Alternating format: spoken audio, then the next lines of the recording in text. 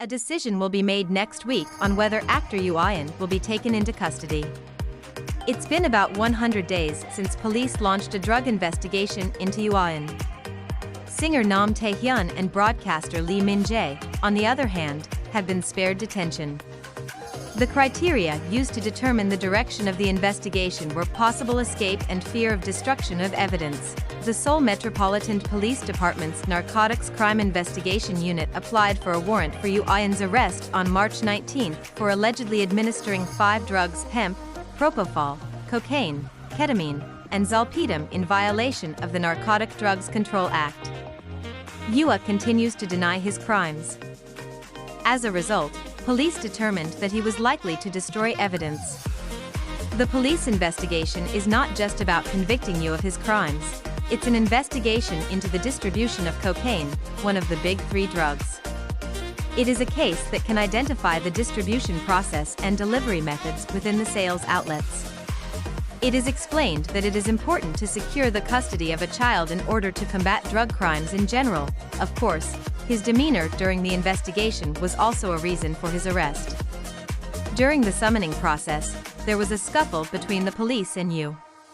When the date of the initial police appearance was announced to the media, Yoo's camp raised their voices, calling it a de facto open investigation and demanding a postponement. The police threatened him with arrest if he failed to comply. Eventually, Yoo was summoned again and had to undergo 21 hours of intense questioning during the second summons. Yoo is facing 5 drug charges: cannabis, propofol, cocaine, ketamine, and zolpidem. He denies all of the charges except for cannabis.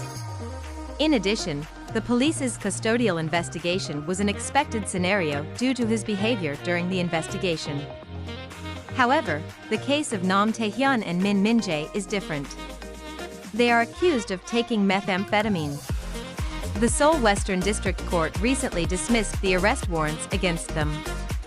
The court cited their constant residences and the lack of evidence and flight concerns. The threshold for detention for drug offenses has not changed. Don Spike was taken into custody for possession of 30 grams, 1,000 doses, of crystal meth. The reason: fear of flight. Broadcaster Robert Harley admitted to taking drugs in front of police and reporters. At the time, the drug investigation against Robert Harley was conducted without charge. As we've seen in previous cases, it comes down to the suspect's demeanor. Whether they are guilty of a crime or not is important, but it is their sincerity in the investigation that determines the outcome.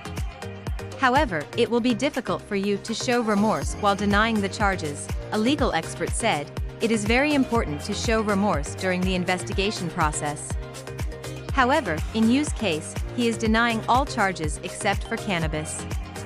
If he is later found guilty, severe punishment is possible.